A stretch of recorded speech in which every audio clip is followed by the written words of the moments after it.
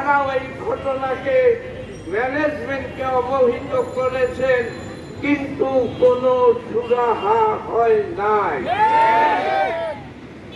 এই এখনকার সভ্য দিনে, ভদ্র দিনে এবং এই নতুন সরকারের আমলে এক বিজয়ের পর নতুন যে বিজয় ৭ই আগস্ট হয়েছে, সেই নতুন বিজয়ের পরে এই স্বাধীন বাংলাদেশে এই ধরনের কারখানায় যৌন হয়রানি, যৌন নির্যাতন এটি চলতে পারে না।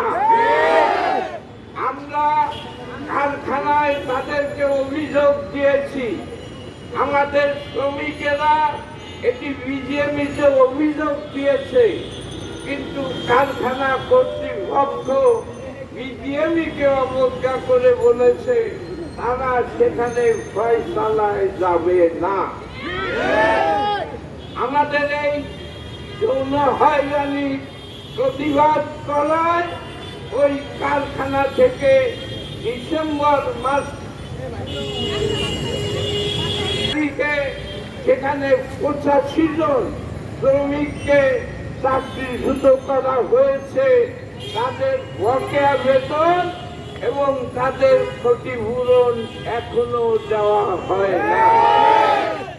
তাহলে তার অর্থ দাঁড়ালো এই কারখানা দুটি কর্তৃপক্ষ মালিক তারা একদিকে যেমন যৌন হয়রানির অভিযোগে অভিযুক্ত, অন্যদিকে বেআইনিভাবে শ্রমিকদের চাকরিচ্যুত করার অভিযোগেও অভিযুক্ত।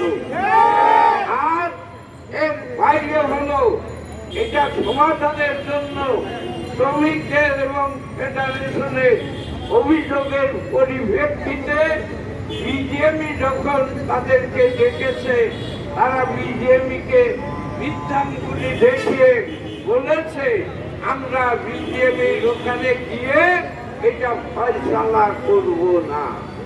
তার মানে যেটা গার্মেন্টস মালিকদের সংগঠন, সেই মালিকদের সংগঠনকেও এই ফ্যাক্টরি দুটি এবং তাদের যে গ্রুপ লুসাকা, তারা এই বিজেপিকেও তোয়াক্কা করে না।